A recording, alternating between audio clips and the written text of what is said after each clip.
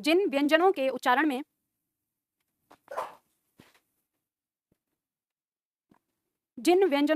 में हवा मुख के किसी स्थान पर रगड़ खाकर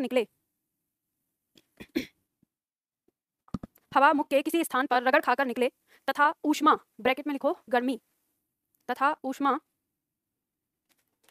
ब्रैकेट में गर्मी पैदा करे, उन्हें ऊष्म व्यंजन या संघर्षी व्यंजन कहते हैं। उन्हें ऊष्म व्यंजन या संघर्षी व्यंजन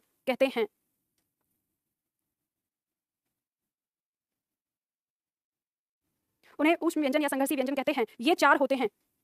पूर्ण विराम लगा के लिखो, ये चार होते हैं।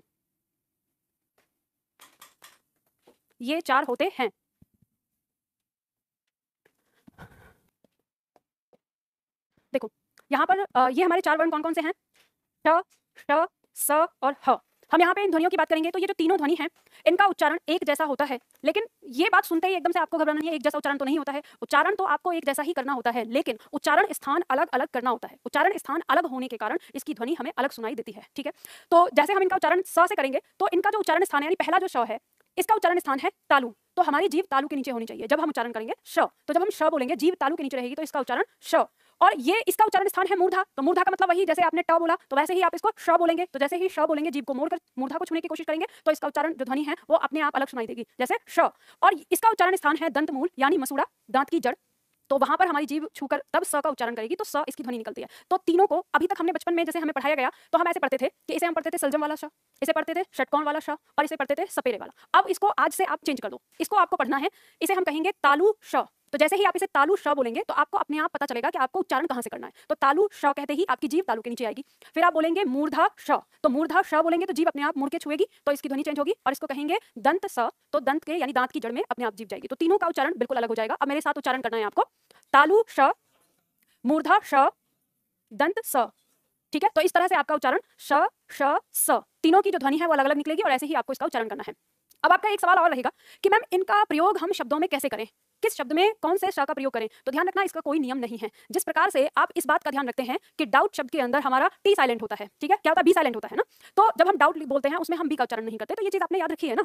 तो इसी तरह से आपको ये शब्द भी याद रखना होगा कि जब आप कोई शब्द लिख रहे हैं तो उसमें हमारा कौन सा स है। हाँ, इतना कर सकते हैं, जैसे मान लो आप शब्द लिख रहे हैं शासन, तो आप जब इसका उच्चारण करें तो उस समय ध्यान दें, आपने कहा श, तो आपकी जो जीभ है वो तालु के नीचे है, श और फिर सन, तो श शन। तो आपने अगर अपना उच्चारण सुधार लिया तो आप इसका स्थान भी समझ जाएंगे कि ये क्या कहना चाह रहा है। इसी तरह से मान लो अगर जैसे शब्द आता है आपका, शब्द लिख रहे हैं आप विशेष, तो आप इसको पढ़ेंगे विशेष, तो इसमें जीभ और ज्यादा मुड़ेगी, तो विशेष आप समझ जाएंगे कि कौन सा स कहां पर है। तो आपके उच्चारण से, तो जैसे आपका ये लिखा हुआ है वैसे आप उच्चारण करना सीख लेंगे तो आसानी से समझ जाएंगे, नहीं तो फिर आपको याद रखना पड़ेगा कि किस शब्द में कौन सा श हमारा प्रयोग हो रहा है। बात समझ में आ गई।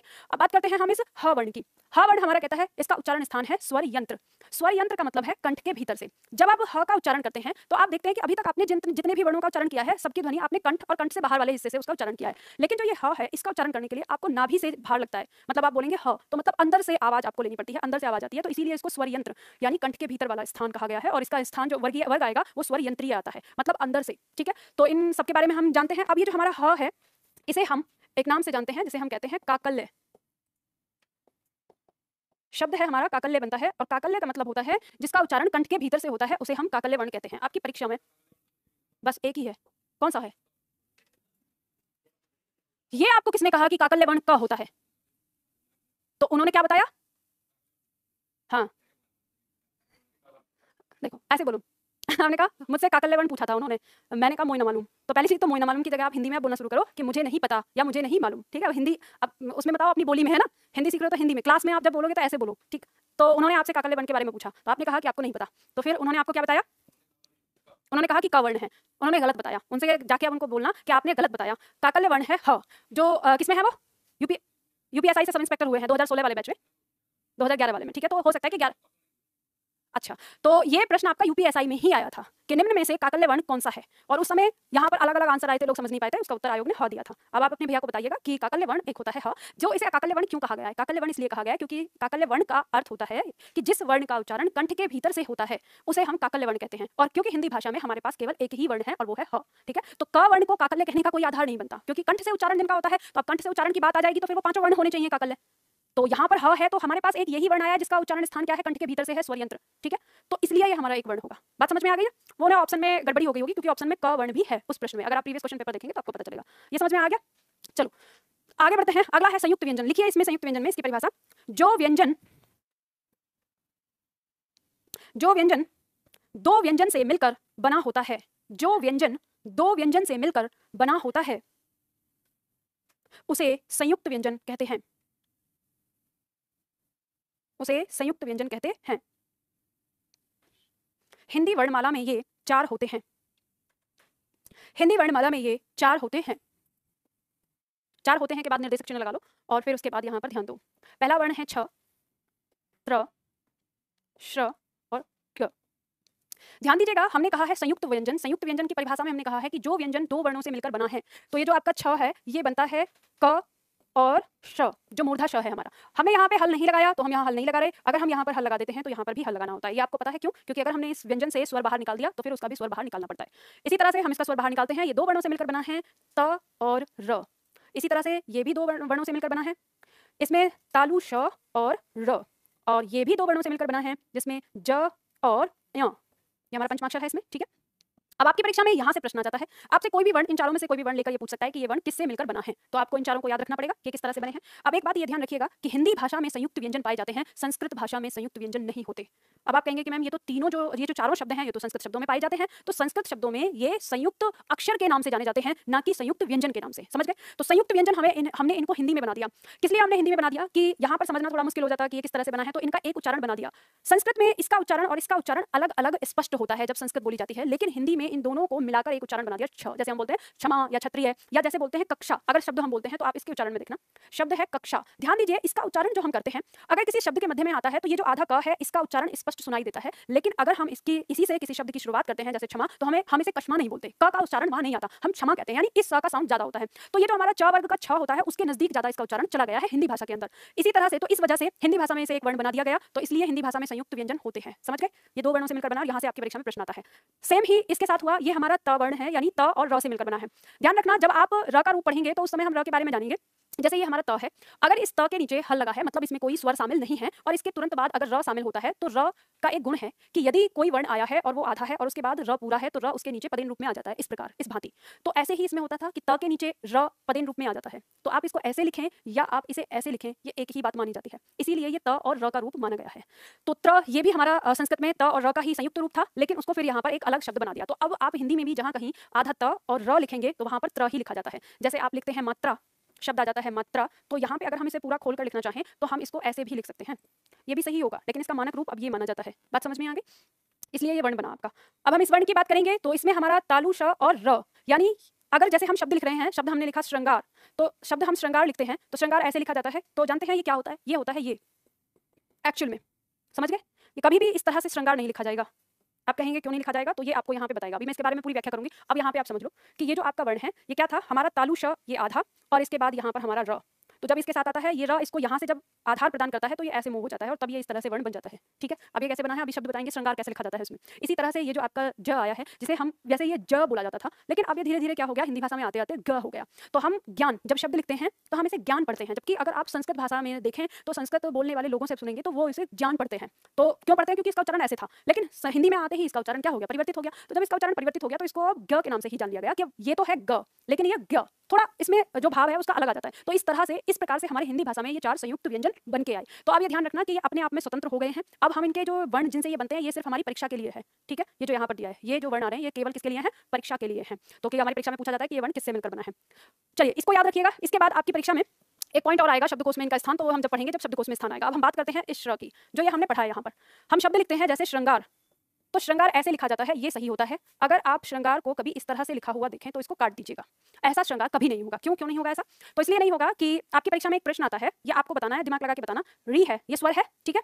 इस स्वर का प्रयोग किस व्यंजन के साथ नहीं होता? एक व्यंजन है जिस व्यंजन के साथ इस स्वर का प्रयोग कभी नहीं होता, और उस व्यंजन का नाम क्या है वो आप मुझे बताइए। क्यों तो बाद में पूछना, पहले व्यंजन तो बता दो मुझे। बताइए, एक मिनट।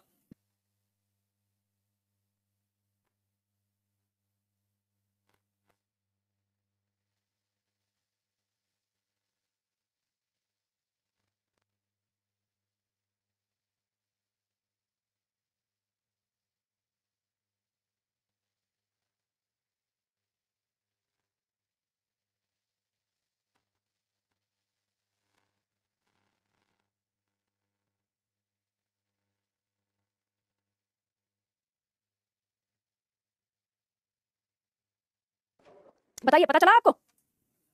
किसके साथ? र के साथ, ठीक है। तो कौन सा व्यंजन होता है? र। आपकी परीक्षा में प्रश्न भी आता है। र के साथ कभी भी आप इस तरह का प्रयोग नहीं करेंगे, ठीक है, ये कभी नहीं लिखा जाएगा। तो जब ये कभी नहीं होगा तो आप ये बताइए कि जब आप इस वर्ण की बात कर रहे हैं तो आपको ये पता है कि ये हमारा आधा श और ये हमारा र इस तरह से बना है, तो इस र के साथ क्या आपकी री की मात्रा का प्रयोग होगा? नहीं होगा। तो ये कभी भी नहीं होगा जो आपने लिखा कि ये र के साथ इस तरह से, ये कभी बनेगा ही नहीं, क्योंकि ये कोई वर्ण ही नहीं है ना, तो इसका आप उच्चारण कर सकते। अब इसके साथ क्यों प्रयोग नहीं हुआ? क्योंकि आप इसका उच्चारण नहीं कर पाएंगे। जैसे आप रा का उच्चारण कर सकते हैं, री का उच्चारण कर सकते हैं, रू का उच्चारण कर सकते हैं, रे का उच्चारण कर सकते हैं, लेकिन आप इसका उच्चारण नहीं कर सकते, क्योंकि ये जो है ये अपने आप में ही री है, और फिर र में री लगा के कैसे उच्चारित करेंगे आप? वो उच्चारण नहीं संभव है। तो वो उच्चारण संभव नहीं है, तो इसलिए वो ध्वनि कभी कोई बनती ही नहीं है, ठीक है। तो जब कोई ध्वनि नहीं बनती तो इसका प्रयोग कभी हो ही नहीं सकता। लेकिन गूगल बाबा तो आपको हमेशा श्रृंगार ऐसे ही दिखाता है, तो आप क्या कहेंगे अब कि हम क्या करें मैडम, लिखना पड़ेगा क्योंकि गूगल बाबा तो ऐसे ही दिखा रहा है। तो गूगल की मानोगे कि अपने विद्वानों की मानोगे? हाँ, क्या? तो उसका भी रहस्य बताएंगे ना। पहले अब ये बताओ, देखो अब इसको ऐसे समझो कि ये जो आया है इसमें और इसमें आपको अंतर नजर नहीं आ रहा? अंतर नजर नहीं आ रहा? इसमें देखो क्या अंतर है वो समझो। इसमें अंतर क्या है? इसमें ये जो लिखा है ये है तालु श, और तालु श के तुरंत बाद क्या है? री, ठीक है। और यहाँ जो दिख रहा है यहाँ क्या है? तालु श के बाद र और फिर र के बाद री, और ये कंडीशन तो होती ही नहीं है, तो ये होगा ही नहीं। अब जब ये होता है तो इसमें क्या होता है, आप चाहो तो इसको ऐसे भी लिख सकते हो, लेकिन हम रनिंग राइटिंग में, अब ये ऐसे क्यों नहीं हुआ इसका भी मैं रहस्य बता देती हूँ। हम अभी पिछले 20 से 25 सालों में ही तो टाइपिंग करने लगे हैं, या हम 30 साल या 60 साल से ही तो टाइपिंग करने लगे हैं, लेकिन ये भाषा तो हमारी युगों से चली आ रही है। तो उस समय कैसे हम लिखते थे, टाइपिंग नहीं करते थे। तो हम जैसे मान लो मैं अब आपसे बोलती जा रही हूँ, तो इतने बड़े बड़े लेखक थे कि मैं जो बोल रही हूँ उस शब्द को उतनी ही स्पीड से वो लिख पाते थे। तो अपनी राइटिंग अच्छी रखने के लिए, जल्दी रखने के लिए, वो पेन को कम उठाना पड़े इस तरह के शब्दों का प्रयोग करते थे। उसी क्रम में जब हम इसको लिखते हैं तो हम जैसे सुरेखा लगाएंगे इसके ऊपर से लग जाएगी, तो ये गलत होता है। हमें यहाँ से सुरेखा तोड़नी है तो हमें इसको स्वतंत्र रूप से लिखना होगा, फिर हमें इसे ऐसे लिखेंगे और यहाँ पे लेकर जाएंगे और फिर इस तरह से लिखेंगे। तो ये जो वर्ण है इसके आधे टूट जाने का डर रहता है, मतलब शब्द से बाहर चले जाने का डर रहता था, इसलिए विद्वानों ने इसकी शकल चेंज करी इसको लिखने के लिए। इसको ऐसे लिखा कि इसको इस तरह से आप लिखकर आगे बढ़ जाएं, तो अब ये शब्द के साथ जुड़ गया, क्योंकि हिंदी भाषा में सुरेखा का प्रयोग शब्द के लिए किया गया है। जहां तक सुरेखा जुड़ी होगी उसे एक शब्द माना जाता है, समझ गए ना। तो ये इसलिए होता था। आप इसे चाहो तो वैसे लिख सकते हो, वो सही रूप होता है, ऐसा नहीं है कि वो अलग है या गलत है, वो लेखन के लिए ऐसा बनाया गया है। और इस लेखन की ही विधि में आप पढ़ेंगे वर्तनी में संयुक्त अक्षर संयुक्त वर्ण के नाम से। जैसे मैं आपको यहाँ पर बताऊं, आप मुझे बताइए, एक शब्द है हमारा, ये वर्ण है, आप समझते हैं इस वर्ण को? क्या वर्ण है, शब्द है ये? इसे आप पद्मिनी पढ़ते हैं, ऐसे तो आपने पढ़ लिया क्योंकि आपने रट लिया, और जब मैंने लिखा नहीं था तो आप वो समझ ही नहीं पाए, क्योंकि 52 वर्ण में आपने कहीं पर भी उसको नहीं पढ़ा था। पढ़ा था क्या इसको? नहीं पढ़ा। लेकिन आप लेखन में लिखते हैं कि नहीं लिखते हैं? लिखते हैं। एक वर्ण है आपका,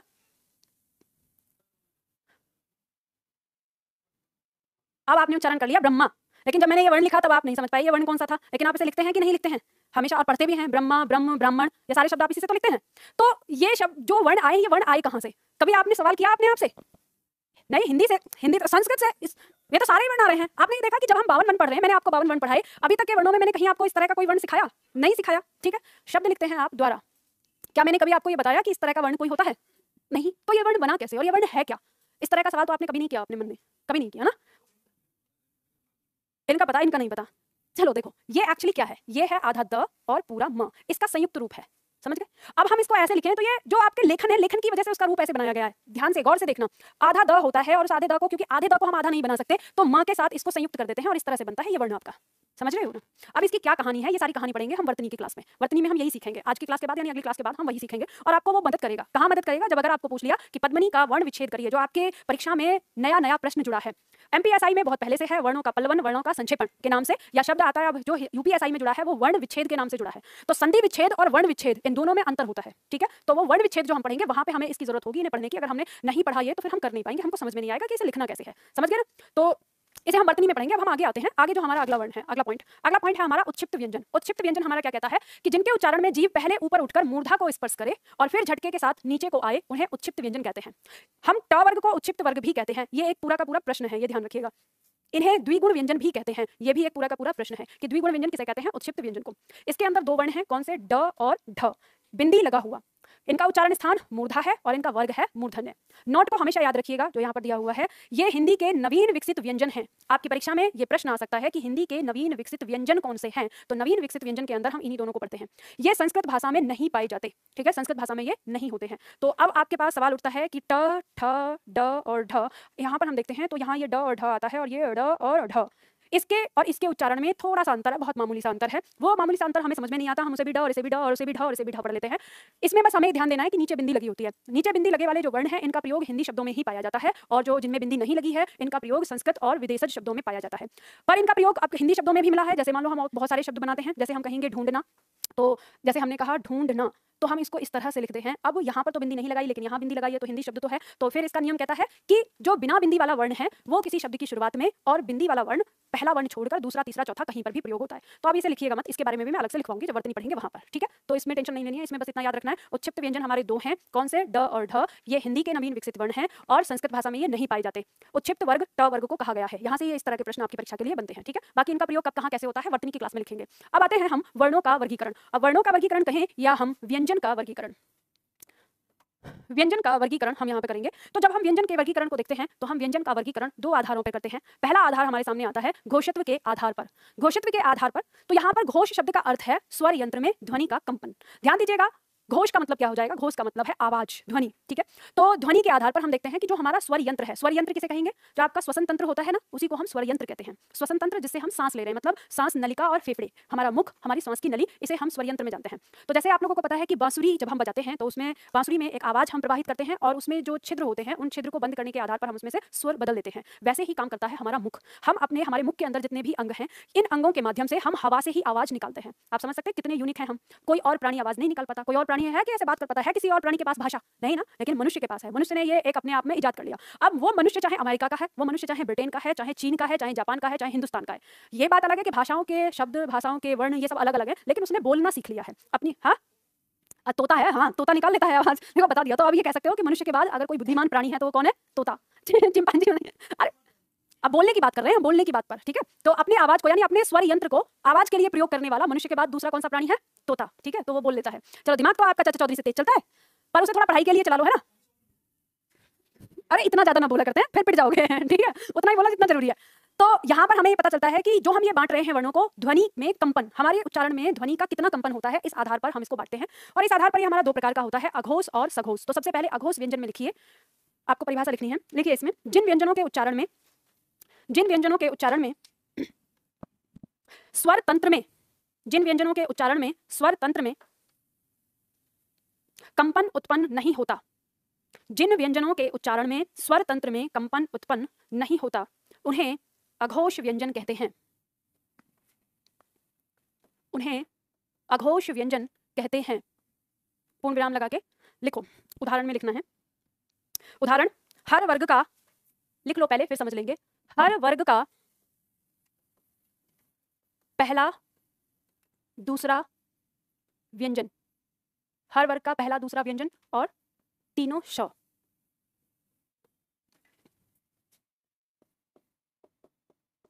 सघोष में लिखो, पहले लिख लो उसके बाद समझते हैं, याद बाद में करेंगे। हर वर्ग का पहला दूसरा व्यंजन और तीनों श, उसके बाद दूसरा लिखो। सघोष व्यंजन में लिखना है, जिन व्यंजनों के उच्चारण में स्वर तंत्र में कंपन उत्पन्न होता है, जिन व्यंजनों के उच्चारण में स्वर तंत्र में कंपन उत्पन्न होता है, उन्हें सघोष व्यंजन कहते हैं।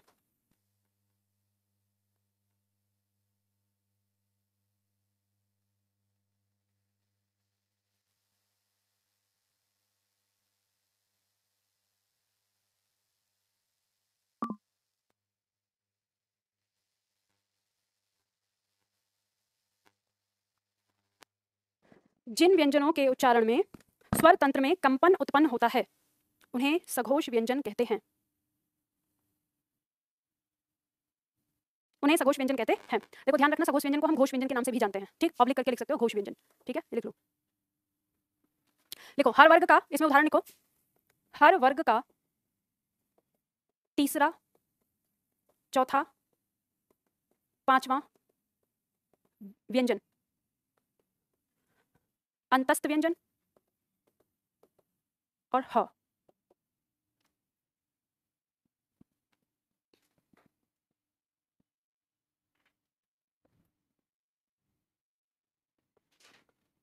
हर वर्ग का तीसरा, चौथा, पांचवा व्यंजन अंतस्थ व्यंजन और ह, ठीक है। अब देखो पहले समझ लो इसे। परिभाषा हमारी कहती है, अघोष व्यंजन कह रहा है कि जिन व्यंजनों के उच्चारण में हमारा जो स्वरतंत्र है उसमें कंपन नहीं होता, उसे हम क्या कहते हैं, अघोष व्यंजन कहते हैं। और जिस वर्ग में, जिन व्यंजनों के उच्चारण में हमारे स्वरतंत्र में कंपन होता है, उसे हम सघोष व्यंजन कहते हैं। ध्यान रखना, घोष और घोष कॉमन है, याद रखने का तरीका। घोष का मतलब कंपन से हम लगाएंगे अ माने नहीं, ठीक है। अ का अर्थ होता है नहीं और श का मतलब होता है साथ। तो कह सकते हैं सघोष मतलब कंपन के साथ और कंपन के साथ नहीं। ठीक है, इस तरह से परिभाषा याद हो जाएगी, तो इसमें रटना नहीं है। तो अघोष का मतलब जिसमें कंपन उत्पन्न नहीं होता और सघोष जिसमें कंपन उत्पन्न होता है, और केवल घोष भी अगर आए तो उसका मतलब भी कंपन होना है। ठीक है, तो ये बात आपको पता चल गई। अब आपको याद रखना है कि हर वर्ग का पहला और दूसरा व्यंजन और तीनों श, ये जब हम इनका उच्चारण करते हैं तो कंपन उत्पन्न नहीं होता। और इसके अलावा जितने व्यंजन हमारे बचे, क्या बच गया? हर वर्ग का तीसरा, चौथा और पांचवा व्यंजन और अंतस्थ व्यंजन य, र, ल, व और ह, ये हमारे आ गए जो सघोष में आ गए। ठीक है, आप इस तरह से याद कर सकते हैं। नहीं तो दूसरा तरीका है प्रैक्टिकल करके। और प्रैक्टिकल कैसे आप कर सकते हैं? जैसे मानिए ये आपका कंठ है, जो आगे कंठ हमारा दिखाई देता है, जो थोड़ा उभरा हुआ होता है। इस कंठ पर आप अपनी उंगली रखिए और बहुत हल्के से, ऐसे नहीं कि गला घुट जाए, ऐसे बस कि हल्का सा स्पर्श हो, बहुत हल्का सा, और उसके बाद आप उच्चारण करिए क ख ग घ ड़।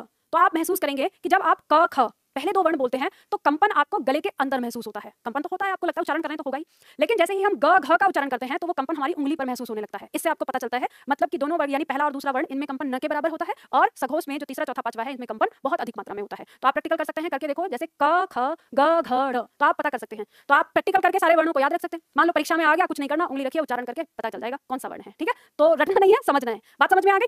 इसके बाद मान लो आप ये कहें कि मैम ऐसे तो हम पकड़े जाएंगे, हमारी तो पिटाई हो सकती है, हम परीक्षा में हमें मास्टर ये कह दे कि अरे नकल कर रहे हो, तो दूसरा तरीका अपना लो, कोड याद रख लो। ठीक है, तो एक कोड याद रख लेते हैं। याद करने वाला अघोष में लिख लीजिए। कोड क्या हम याद रख सकते हैं? हम लिखेंगे अघोष, पहले को हम 1 लिख सकते हैं, दूसरे को हम 2 लिख सकते हैं, और एक स। इस स से याद रखना, हम तीनों स की बात कर रहे हैं, तो इतना याद कर लो, कुछ और याद नहीं करना। अघोष 12 स। ठीक है, तो इससे आपको पता चल जाएगा कि अघोष वर्ण कौन से हैं, पहला वर्ग, दूसरा वर्ग और तीनों श। ठीक है, और सघोष में लिख लो सघोष तीसरा, चौथा, पांचवा। ठीक है, और अंतस्थ है। सघोष 345 अंतस्थ है, ऐसे याद रख लो, तो आपको पता चल जाएगा तीसरा, चौथा, पांचवा व्यंजन और अंतस्थ व्यंजन और ह। ठीक है, तो आपके पास 3 तरीके हैं, या तो सारे वर्णों को याद रख लीजिए, या प्रैक्टिकल करके देख लीजिए, या कोड से याद रख लीजिए। ठीक है, जो आपको अच्छा लगे उससे आप इसे याद रख सकते हैं। बात समझ में आ गई? चलो आगे बढ़ते हैं। मिटा दूं इसे? हाँ जी, याद रखना जो हम ये वर्गीकरण कर रहे हैं ये 33 में कर रहे हैं, क से लेकर ह तक। ठीक है, इनको इसमें नहीं रखते हैं। अब इसके बाद दूसरा आधार आता है हमारा, हाँ, स्वर में जहां होंगे मैं बताती हूँ कहां पे होंगे। पहली चीज तो ध्यान रखना, हम वर्गीकरण पढ़ रहे हैं व्यंजन का। हमारी इस मार्केट में स्वर और व्यंजन में अघोष और सघोष घुसा दिए हैं, ये जबरदस्ती के घुसाए गए हैं और कुछ नहीं है। जब हम व्यंजन का वर्गीकरण कर रहे हैं तो स्वर कैसे आ जाएगा उसमें, खुद ही बताओ। बाद में बताऊंगी ना, जब हम बाद में लिखेंगे। अभी हम क्या पढ़ रहे हैं? व्यंजन कर रहे हैं, और व्यंजन कर रहे हैं तो हम पहले व्यंजन पढ़ेंगे, उसके बाद में बताया जाएगा कि अगर इसके अलावा हम अघोष, सघोष या अल्पप्राण या महाप्राण में अगर हम स्वरों को भी देखें इन प्रकार की ध्वनि में, तो स्वर कौन सा स्वर किस में आएगा उसे बाद में पढ़ेंगे। मतलब इसी के बाद, पहले व्यंजन करने के बाद। दूसरा आधार है हमारा प्राण तत्व। प्राण तत्व मतलब, प्राण का मतलब है यहाँ पर हवा से सांस लेना। सांस लेने के आधार पर, यानी जब हम किसी वर्ण का उच्चारण कर रहे हैं तो हमारे मुख से कितनी सांस बाहर आ रही है या कितनी सांस की आवश्यकता पड़ रही है, उस आधार पर हम वर्णों को, व्यंजन को 2 भागों में बांटते हैं, अल्पप्राण और महाप्राण। इसमें लिखिए, अल्पप्राण में परिभाषा लिखिए, जिन व्यंजनों के उच्चारण में, अल्पप्राण में लिखिए, जिन व्यंजनों के उच्चारण में कम हवा, मुख से कम हवा निकले, जिन व्यंजनों के उच्चारण में मुख से कम हवा निकले, उन्हें अल्पप्राण व्यंजन कहते हैं। उन्हें अल्पप्राण व्यंजन कहते हैं। उन्हें अल्पप्राण व्यंजन कहते हैं। पूर्ण विराम लगा के उदाहरण में लिखिए, हर वर्ग का पहला, तीसरा, पांचवा व्यंजन और अंतस्थ व्यंजन। हर वर्ग का पहला, तीसरा, पांचवा व्यंजन और अंतस्थ व्यंजन। और महाप्राण में लिखिए, जिन व्यंजनों के उच्चारण में मुख से अधिक हवा निकले, जिन व्यंजनों के उच्चारण में मुख से अधिक हवा निकले, उन्हें महाप्राण कहते हैं। उन्हें महाप्राण कहते हैं। ऑनलाइन क्लास में एक छात्र ने पूछा है कि मैडम कल की क्लास रिकॉर्ड मिल जाएगी क्या? तो देखो बच्चा, एक बात ध्यान रखना, हमारी क्लास, ये जो आपकी लाइव क्लास चल रही है, ये आपको पूरे 1 साल तक रिकॉर्ड फॉर्म में मिलती है। ये कहाँ मिलेगी? आप जहाँ पर लाइव देख रहे हैं, ये बॉक्स लाइव बॉक्स है, इसके नीचे एक बॉक्स डेमो बॉक्स है, और इसके नीचे एक बॉक्स सभी कक्षाओं का बॉक्स है। ठीक है, तो जब आप इसको जाकर देखेंगे, इस पर क्लिक करेंगे, आपको सारी क्लास वहाँ पे मिल जाएंगी, पहली क्लास से लेकर और अंतिम यानी आज तक की क्लास आपको यहाँ मिल जाएंगी। समझ गए? ठीक है, और ये क्लास आपकी जिस दिन से आपका ये बैच शुरू हुआ है उस दिन से लेकर ठीक 1 वर्ष तक, 365 दिन तक आपको मिलेंगी। समझ गए? चलो वापस आओ, महाप्राण में उदाहरण लिखो, हर वर्ग का दूसरा, चौथा व्यंजन और ऊष्म व्यंजन।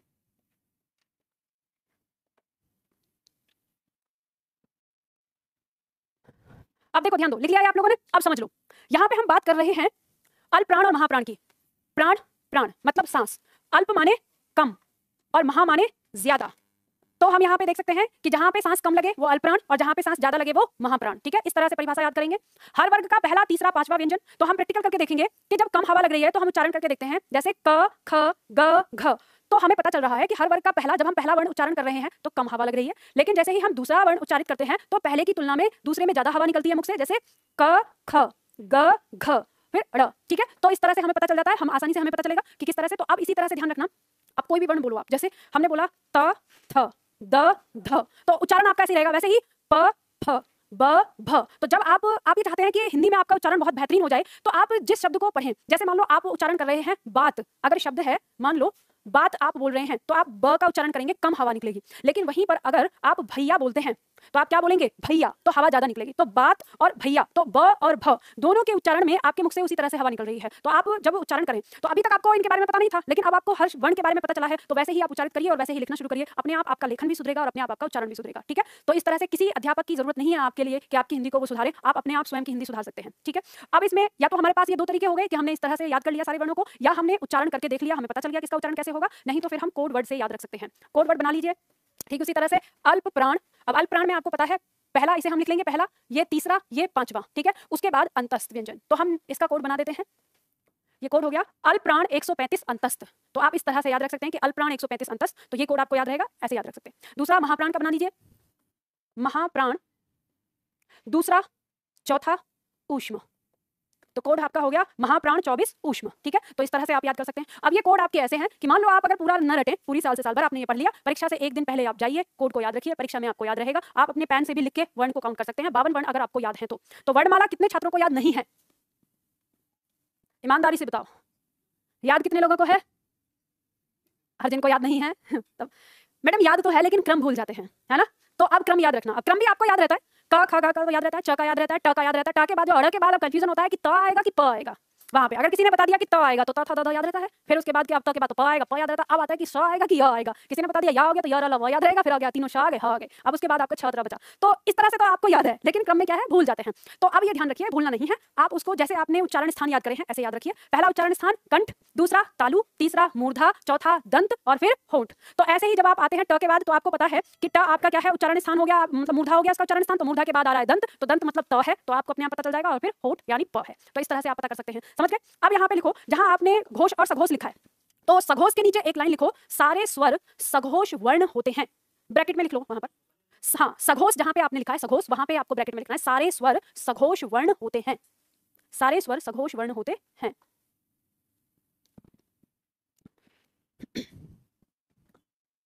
अल्पप्राण में जहां आपने ये कोड लिखा है, यहां पर आप लिख लो स्वर। स्वर का मतलब यहां पर 11 स्वर से है, ठीक है, चाहो तो ऐसे लिख सकते हो, प्लस अनुस्वार, ये आपका अल्पप्राण में आएगा। और महाप्राण में आप लिख लीजिए विसर्ग। ठीक है, समझ लिया ये आप लोगों ने। अब एक प्रश्न आता है आपकी परीक्षा में, आपको याद रखना है, जरा मुझे प्रश्न बताइए। हाँ जी, अघोष में नहीं, सघोष में आएगा। ठीक है, सारे स्वरों में कंपन होता है। प्रश्न आपकी परीक्षा में आया कि निम्न में से सघोष व्यंजन है। ठीक है, आपको क्या बताना है, सघोष व्यंजन निम्न में से कौन सा है। ऑप्शन आपको दिया हुआ है, ए ऑप्शन में आता है आपका च, बी ऑप्शन में आता है आपका ह, सी ऑप्शन में आता है आपका स्वर, और डी ऑप्शन में आता है आपका बी और सी। उत्तर बताइए। ऑनलाइन वाले छात्र भी इसमें भाग लें। आपको बताना है, प्रश्न आपसे पूछा गया है कि सघोष व्यंजन निम्न में से कौन सा है, और आपको यहाँ पर प्रश्न दिया है, इसका ऑप्शन दिया है ए में च, बी में ह, सी में स्वर और डी में बी और सी। तो आंसर आपका ए बी सी डी इनमें से कौन सा होगा, ये आपको बताना है। बताइए कितने छात्र हैं जो ए आंसर बता रहे हैं, कितने छात्र हैं जो इसका आंसर बी बता रहे हैं, कितने छात्र हैं जो इसका आंसर सी बता रहे हैं, और कितने छात्र हैं जो इसका आंसर डी बता रहे हैं, और कितने छात्र हैं जो कुछ नहीं बता रहे हैं। मैडम आपके इंतजार में, आप बताइए क्या आंसर होगा। तो ध्यान रखना, गलती मत करना। मैंने आप लोगों से पहले भी इस तरह का प्रश्न किया है, याद रखना। मैं पढ़ाते हुए जो प्रश्न यहाँ पे कर रही हूँ उस पर विशेष ध्यान देना है, और उस तरह के प्रश्न से आने वाले प्रश्नों की शैली को सीखना है। सघोष व्यंजन की बात हो रही है, जब व्यंजन की बात हो रही है तो स्वर कट जाएगा, जब स्वर कट गया तो सी कट जाएगा। उत्तर क्या होगा, बी। गलती मत करना, आपकी परीक्षा में एक प्रश्न इसी तरह का पूछा हुआ था, ठीक है, और उस पर बड़ी बहस हुई कि बाद में।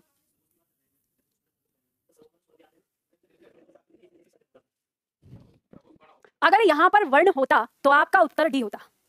समझ में आई? लेकिन यहाँ क्या है, व्यंजन है, तो स्वर व्यंजन थोड़े ना है। इसीलिए मैंने आपसे पहले कहा था कि आपने जब पूछा कि मैम स्वर भी होते हैं, स्वर कौन से होते हैं, मैंने कहा हम व्यंजन पढ़ रहे हैं। मैंने आप लोगों से एक बात कही है, नहीं आप लोगों के बैच में नहीं कही है, पर अब सुन लो, अब कह रही हूँ। मेरी क्लास में मेरे द्वारा बोला गया एक एक शब्द आपकी परीक्षा के लिए रामबाण है, और इतना दिमाग आपका तेज नहीं है कि मेरी क्लास के हर एक शब्द को आप याद रख सकें।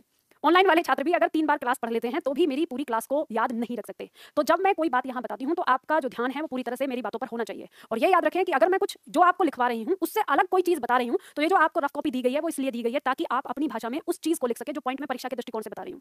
तो मैंने आपको ये बात पहले ही बोली कि हम बात करेंगे स्वर के बारे में बाद में, अभी हम पढ़ रहे हैं व्यंजन। तो आपके दिमाग में तुरंत वहाँ पे चीज़ लॉक हो जानी चाहिए थी कि इसका मतलब स्वर और व्यंजन में भी कोई लोचा है, मतलब इस तरह से पूछा जा सकता है। फिर मैंने कहा कि अब लिखिए सघोष में कि स्वर सभी स्वर सघोष होते हैं। तो आपको उस समय थोड़ा सा ध्यान देना चाहिए था कि मैम ने पहले व्यंजन कराया और बाद में फिर स्वर कराया, तो इसका मतलब प्रश्न जो है वो हमसे अलग तरीके से पूछा जा सकता है। तो ये बात ध्यान दो कि सघोष व्यंजन ऐसे करके पढ़ाने वाली किताबें और पढ़ाने वाले टीचर तो बहुत हैं, सब आप इस तरह से पढ़ते जाएंगे और आप तो आराम से रट लेंगे। आप एग्जामिनर को भी कुछ समझते हो कि नहीं, उसको वो आपकी परीक्षा में से कुछ ना कुछ, मतलब आपके जो अध्याय है उसमें से कुछ ना कुछ ऐसा पॉइंट निकालेगा जो आपने पढ़ा हुआ है लेकिन आपका ध्यान वैसे नहीं घूम के आया। और मैं इसीलिए आपको यहाँ पे बताती हूँ, मैं अपनी तरफ से वो पूरा प्रयास करती हूँ कि जो गलतियां आप अपनी परीक्षा में कर सकते हैं वो गलतियां मैं आपको क्लास में करवाती हूँ, क्योंकि यहाँ पे आपकी गलतियों को सुधारने का मौका है, लेकिन परीक्षा भवन में गलतियों के सुधार का कोई मौका नहीं है। और अब मुझे यकीन है कि अब जब कभी आपकी परीक्षा में इस तरह का प्रश्न आएगा तो आप एक बार इस चीज को जरूर चेक करेंगे और आपका आंसर सही रहेगा। ठीक है, बात समझ में आ गई ना? चलो तो आगे बढ़ते हैं।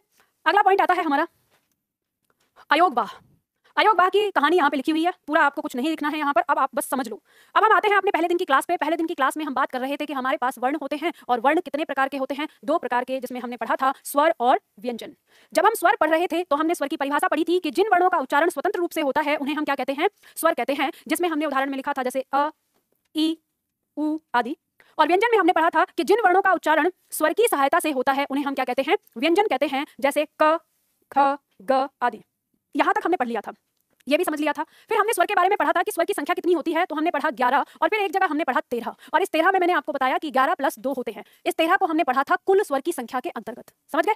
ठीक है, तो अब यहाँ पे हम ये जानेंगे कि अ से लेकर औ तक तो हमारे कितने स्वर होते हैं? 11। और ये जो 2 स्वर हमारे सामने आए ये है हमारा अंग और अह। इनको हमने दोनों को अलग से क्यों पढ़ा? आखिर जब हमारे स्वर हैं तो हमें 11 + 2 क्यों लिखना पड़ रहा है? हम इस तरह से क्यों लिख रहे हैं? और क्यों फिर किताबों में इस तरह की बहस है कि बहुत सारे लोग तो केवल 11 मानते हैं, वो 13 को स्वीकार ही नहीं करते, तो क्या कारण है? तो इस चीज को यहाँ पर समझिए कि ये जो हमारे दोनों स्वर हैं इसे हम अनुस्वार कहते हैं। इसे क्या कहते हैं? अनुस्वार। और इसे हम कहते हैं विसर्ग। दोनों को अलग अलग नाम दिया गया है। ये जो अनुस्वार है इसका उच्चारण क्या है? इसका उच्चारण है, जब हम इसका उच्चारण करते हैं तो इसका उच्चारण है अंग, बोलते हैं हम अंग। तो आप लोग उच्चारण करके देखो, जो आप कह रहे हो इसका उच्चारण अंग, इसमें जो हम अ से शुरुआत कर रहे हैं ये उच्चारण नहीं है, उच्चारण वो है जो हमारे नाक में जाने के बाद उच्चारण आता है। तो कहने का मतलब है कि ये अ स्वर है और इस स्वर के साथ इसका उच्चारण होता है अंग। तो इसी तरह से ये इसका उच्चारण है अह। तो जब हम इसका उच्चारण करते हैं तो ये भी अ के साथ ही होता है, यानी इसका उच्चारण अ जो हम कर रहे हैं वो अ नहीं है, वो ह जो हम बोल रहे हैं वो है उच्चारण। तो हम ह नहीं कह सकते, अगर हम ह कहेंगे तो हमारे लिए व्यंजन में चला जाता है, तो इसलिए हम अ बोलते हैं अ के साथ। तो कहने का मतलब ये है कि जब हम इन दोनों वर्णों का उच्चारण कर रहे हैं तो हमें अ की मदद लेनी पड़ रही है। तो ये बताइए कि वो वर्ण क्या कहलाते हैं जिनके उच्चारण में स्वर की सहायता ली जाती है? व्यंजन कहलाते हैं। तो इसी आधार को लेकर हमारे विद्वान कह देते हैं कि अनुस्वार और विसर्ग हमारे स्वर नहीं है, ये क्या है? व्यंजन। तो बहुत सारी किताबों में आपको अनुस्वार और विसर्ग व्यंजन के रूप में पढ़ने को मिलता है। तो हम भी मान लेते हैं कि ठीक है, क्योंकि यहाँ पे उच्चारण हो ही नहीं रहा है इनका स्वतंत्र रूप से, इनका उच्चारण किसकी मदद से हो रहा है? अ की मदद से हो रहा है, स्वर की मदद से हो रहा है। तो हम भी ये मान लेते हैं कि फिर तो इनको स्वर में नहीं कहाँ होना चाहिए, व्यंजन में होना चाहिए। लेकिन हम जैसे ही इन्हें व्यंजन में लेकर जाते हैं तो ये व्यंजन को उच्चारित कर देते हैं, मतलब अब हम व्यंजन का उच्चारण कर सकते हैं इनकी मदद से, कं, कह। तो अब यहाँ पे फिर हमारे सामने समस्या आ जाती है कि यानी अब व्यंजन को उच्चारित करने वाले वर्ण को क्या कहते हैं? स्वर कहते हैं। तो जैसे ही हम इनको व्यंजन में ले गए तो ये किसमें परिवर्तित हो गए? स्वर में परिवर्तित हो गए। और जब हम इनको स्वर में लेके आते हैं तो ये व्यंजन में परिवर्तित हो जाते हैं। तो अब हम ये कह सकते हैं कि इनके अंदर स्वर का भी गुण है और इनके अंदर व्यंजन का भी गुण है। तो ये वे वर्ण हैं जिनके अंदर स्वर और व्यंजन दोनों के गुण पाए जाते हैं। तो अब समस्या ये उत्पन्न होती है कि इनको किस श्रेणी में रखा जाए, इन्हें स्वर के साथ रखा जाए या व्यंजन के साथ रखा जाए। तो अब आप लोग बताओ सोचकर, अब थोड़ी देर के लिए आप अपने आप को विद्वान मानो, वैसे भी आप विद्वान हो चुके हो क्योंकि आपने वर्णमाला पूरी तरह से पढ़ लिया है। तो आप विचार करके मुझे बताओ कि जब इस तरह की समस्या अगर आ जाए कि जिस चीज के अंदर दोनों ही चीजों का गुण हो तो आप उसको किसके साथ रखना पसंद करेंगे? अलग कर देंगे।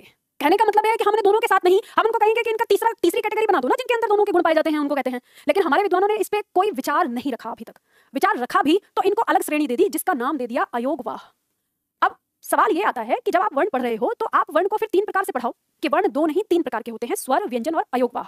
स्वर वे जिनका उच्चारण स्वतंत्र रूप से होता है, व्यंजन वे जिनका उच्चारण स्वर की सहायता से होता है, और अयोगवाह वे जिनमें स्वर और व्यंजन दोनों के गुण पाए जाते हैं। ठीक है, तो हमें इसका वर्गीकरण इस तरह से करना चाहिए, लेकिन हमारे किसी विद्वान ने इसका वर्गीकरण इस भांति नहीं किया है। इसका वर्गीकरण बस ऐसे ही है अलग कि कुछ विद्वानों ने अपना विचार रख दिया कि इनको अयोगवाह नाम की श्रेणी में रख देना चाहिए, और वो रख दिया गया। अयोगवाह भी इसको किस लिए कहा गया कि अ के योग से बनने वाला और व्यंजन के लिए उच्चारण वहन करने वाला, अयोगवाह नाम दे दिया। तो यानी अ के योग से बनता है, इसमें कोई और दूसरा स्वर शामिल नहीं होता, केवल कौन शामिल होता है? अ स्वर होता है। और जब हम उसे व्यंजन की तरफ ले जाते हैं तो वो व्यंजन को उच्चारित कर देता है। कुछ विद्वानों ने ये तर्क दिया कि जब कोई चीज दोनों जैसी हो तो जिसमें सबसे ज्यादा जिस चीज के गुण पाए जाएं उसको उस श्रेणी में रख देते हैं। तो जैसे हम यहाँ पर अगर हम स्वर और व्यंजन के गुणों की बात करें तो यहाँ हम देखते हैं कि व्यंजन में एक गुण आता है कि ये किसकी सहायता से, स्वर की सहायता से उच्चारित होते हैं। ठीक है, एक गुण आ गया। स्वर में क्या होता है, ये स्वतंत्र होते हैं।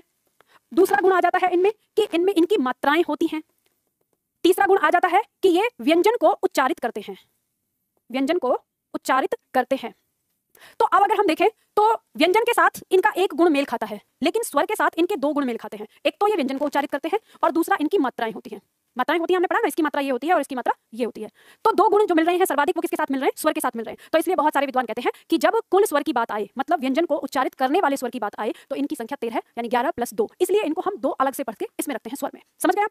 तो अब अयोगवाह हमारा आता है। अब हमारी परीक्षा में यहाँ से प्रश्न आ जाता है कि अयोगवाह निम्न में से कौन सा वर्ण है। तो सदैव याद रखना कि अयोगवाह के अंदर अनुस्वार और विसर्ग, हम इन दोनों वर्णों को पढ़ते हैं। अब आपकी परीक्षा में जो प्रश्न आ जाता है वो क्या इससे प्रश्न बनता है, परंपरा के अनुसार अंग और अह यानी अनुस्वार और विसर्ग को स्वर के साथ रखा जाता है। इनका उच्चारण व्यंजन की भांति अस्वर के साथ होता है। हमने इनको व्यंजन में इसलिए भी नहीं रखा क्योंकि ये हर स्वर की मदद नहीं लेते, अपने उच्चारण में प्रत्येक स्वर की मदद नहीं लेते, केवल किसकी लेते हैं, अस्वर की। तो हम ये नहीं कह सकते क्योंकि व्यंजन तो हर स्वर से उच्चारित हो जाते हैं। तो ये कंडीशन भी इनके साथ आ जाती है, इसलिए भी इनको हमने जो रखा है ज्यादातर स्वर के साथ रखा। इन्हें स्वर से अलग माना जाता है, यानी हम अस्वर के साथ रखते हैं, वैसे स्वर अस्वर के साथ इनका उच्चारण होता है, किंतु ये व्यंजन के लिए उच्चारण वहन करते हैं। अतः इनमें स्वर तथा व्यंजन दोनों के गुण पाए जाते हैं, इसलिए इन्हें अयोगवाह कहा जाता है। अयोगवाह मतलब अ के योग से बनने वाला और व्यंजन को उच्चारण वहन करने वाला, अयोगवाह। अयोगवाह को स्वर तथा व्यंजन के बीच की कड़ी कहा जा सकता है। ठीक है, दोनों को स्वर और व्यंजन के बीच की कड़ी कहा जा सकता है। अब आपकी परीक्षा में अगर प्रश्न आ जाए कि स्वर और व्यंजन के बीच की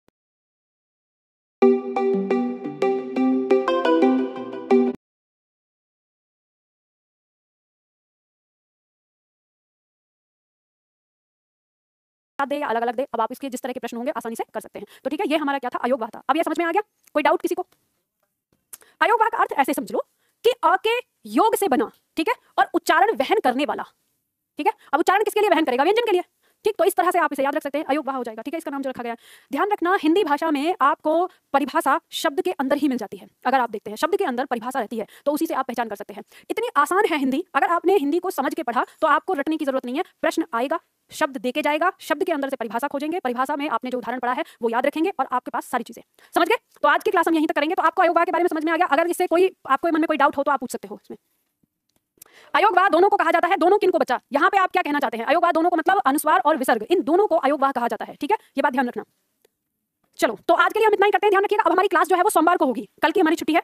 तो और नेक्स्ट वीक जो हमारा इस सोमवार से जो शुरू होगा उसमें हम अपनी क्लास शनिवार को भी रखेंगे। तो आप में से जिस भी छात्र को ऐसा लगता है कि हमें घर पे जाना है, मिलना है मम्मी पापा से, तो आपके पास 3 दिन है, जाके आप वहां मिल सकते हैं। फिर अगले 1 महीने हम सैटरडे के दिन अपनी क्लास लगाएंगे, तो हम कहीं घूमने फिरने नहीं जाएंगे। समझ गए? तो संडे के दिन ही छुट्टी होगी, और ये भी हो सकता है कि संडे के दिन भी छुट्टी ना हो, है ना। हम आईएएस वाले बच्चों की तरह पढ़ सकते हैं। आईएएस वाले बच्चों की छुट्टी जानते हो कब होती है? कभी नहीं होती। ठीक है, कभी नहीं होती उनकी छुट्टी। उनकी छुट्टी रक्षाबंधन के दिन की भी नहीं थी। जो आईएएस वाले छात्र होते हैं उनकी छुट्टी सिर्फ और सिर्फ होती है तो 2 बार, होली पे रंग वाले दिन की और दिवाली पे 3 दिन की, और इसके अलावा उनकी कोई छुट्टी नहीं होती। तो ये बात समझ लीजिए। तो हम ऐसे ही पढ़ाई करेंगे। ठीक है, चलो आज के लिए इतना ही करते हैं।